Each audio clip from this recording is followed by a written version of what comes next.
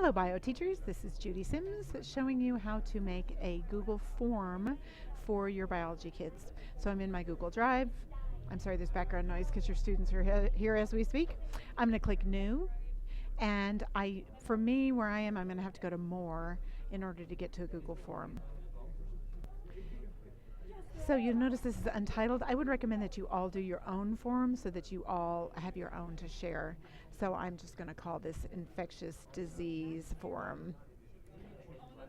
All right, you notice we have some choices at the top. I do require them to log in to view the form. I think that's better. I also automatically collect their stuff.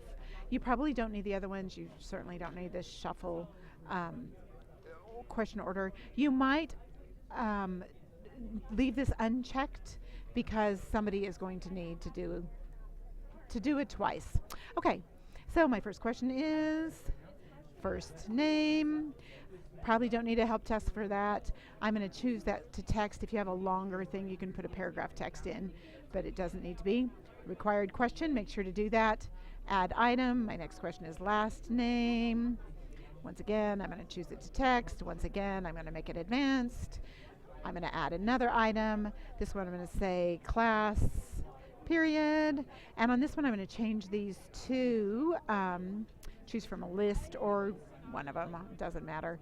I'm going to say period 1 and period 4, whatever periods you have. Once again, I'm going to make this a required question.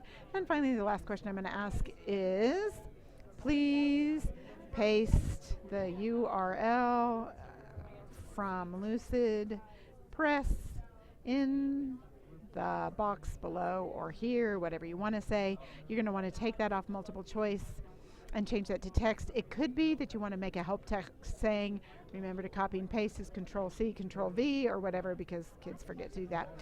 And once again, required question. Those are my 4 questions. I'm done. I have some other choices down here. You can say your response has been recorded. I always like to say thanks for being a good Panther or whatever you want to say, or for being a good bio student. Well, I don't care. Show link, you probably don't want that one. You might want to allow responders to edit after submitting, because if a kid has to do it twice, otherwise you have to go in and change it anyway. So go ahead and do that. You can now send form and be done. And you can view the live form. You can see it's not beautiful, and if you want to keep it not beautiful, there you go, that's okay. When you're at this place, be sure and double check that you have an asterisk by all these, because that way you know they are required.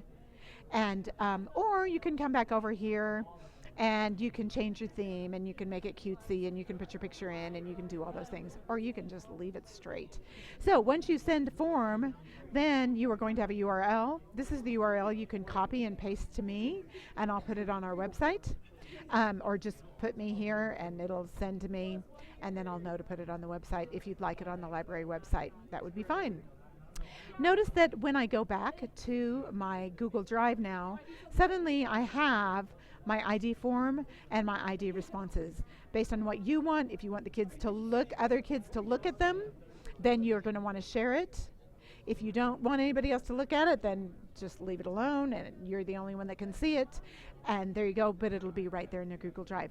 If you have any questions at all, need any help, want it posted, want to glitz it up, whatever you want, just let me know. And then next time before we do this, we will have this all set up and show the kids as we do it. I will also make them a video about how to submit their forms once one of you sends me your link. All right, there you go. Call me if you need me.